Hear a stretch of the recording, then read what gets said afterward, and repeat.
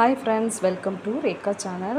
வாங்க இன்றைக்கி நம்ம ஸ்வீட் கோகோனட் பர்ஃபி எப்படி செய்யலாம் பார்க்கலாம். அது வந்து நம்ம வரலட்சுமி பூஜைக்கு சாமி கும்பிட்டோம் இல்லையா, அந்த தேங்காவை நம்ம காரம் எதுவும் சமைக்கக்கூடாது. ஸோ எதுனாலும் ஸ்வீட் பண்ணி சாப்பிட்லாம். நான் அதில் கோகோனட் பர்ஃபி செஞ்சுருக்கேன்.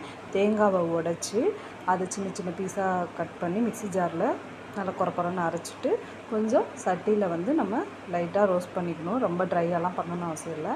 அதுக்கப்புறம் வெல்லம், அதுக்கு ஒரு 150 கிராம், இல்லைன்னா எவ்வளோ தேவையோ உங்களுக்கு ஸ்வீட் அதிகமானாலும். ஆனால் ரொம்ப தண்ணி ஊற்றிடக்கூடாது. நார்மலாக நான் இடித்து வெல்லத்தை சேர்த்துருக்கேன். ஸோ அதனால் நான் இந்த அளவு தண்ணி ஊற்றிருக்கேன். நீங்கள் துருவி சாஃப்டாக வெல்லம் வச்சுருந்தீங்கன்னா 1 ஸ்பூன் 1.5 ஸ்பூன் போதும்.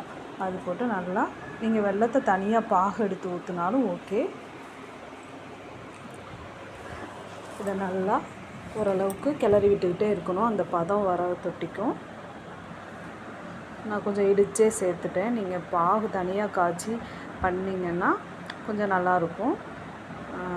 நான் கொஞ்சம் டக்குன்னு செய்கிறதுக்காக நல்லா வெல்லத்தை பார்த்து தான் நல்லா இடித்து அதை ஓரளவுக்கு பதம் வர்ற வரைக்கும் அப்படி கிளறி விட்டுக்கிட்டே இருந்தேன். பாருங்கள், நீங்கள் அதிகமாக தண்ணி ஊற்றிருந்தீங்கன்னா நம்மளுக்கு பர்ஃபி ஷேப்பில் பிடிச்சிக்காது. ஸோ நார்மலாக ஊற்றி இந்த அளவுக்கு நல்லா கிளறிக்கிட்டே இருக்கணும். அதுக்கப்புறம் ஏலக்காய் தூள் அல்லது நீங்கள் ஏலக்காய் இடித்து கூட போடலாம்.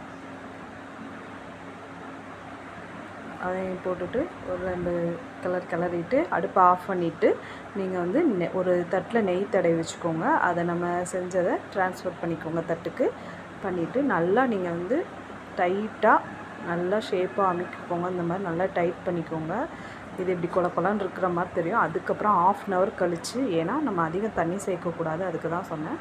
1/2 அன் ஹவர் கழித்து நீங்கள் நைஃப் வச்சு ஸ்கொயர் ஷேப்பில் கட் பண்ணி எடுத்துக்கலாம்.